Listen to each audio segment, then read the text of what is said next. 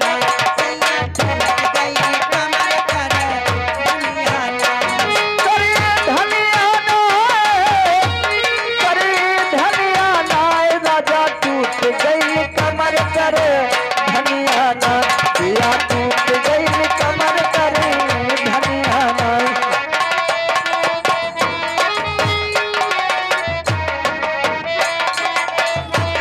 गजब तुवर नकारा सावर गोरिया गजब तुवर नकारा सावर गोरिया गजब तुवर नकारा गजब तोरी नखरा अरे गजब तोरी नखरा सावर गोरिया गजब तोरी नखरा सावर गोरिया गजब तोरी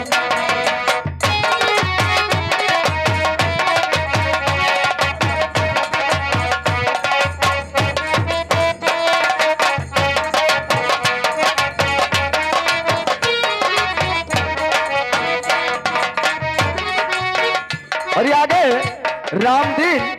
रामदीन 10 रुपया पुरस्कार दिए हैं विशाल को अपना जीजा समझ करके, लेकिन उनके गाने का फरमाइश से का है विरह में ये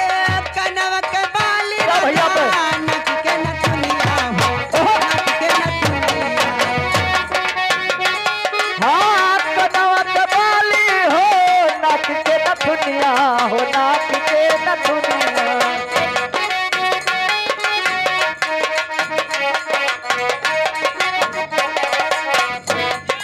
कैसे सिंगार करी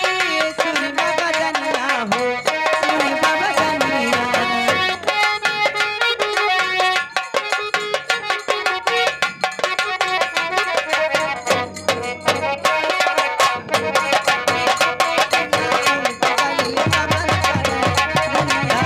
हाँ करे धनिया ना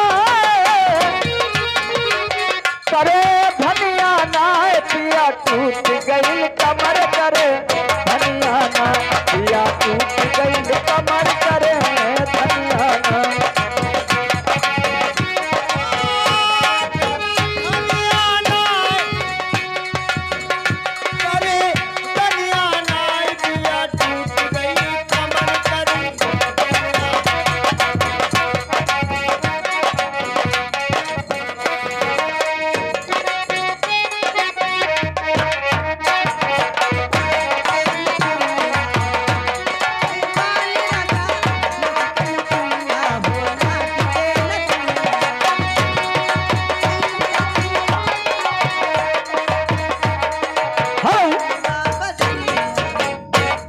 अरे आगे रामदीन उनकी तरफ से 10 रुपया पुरस्कार आया है, लेकिन उनका कहना का है और गोरे गोरे गहिया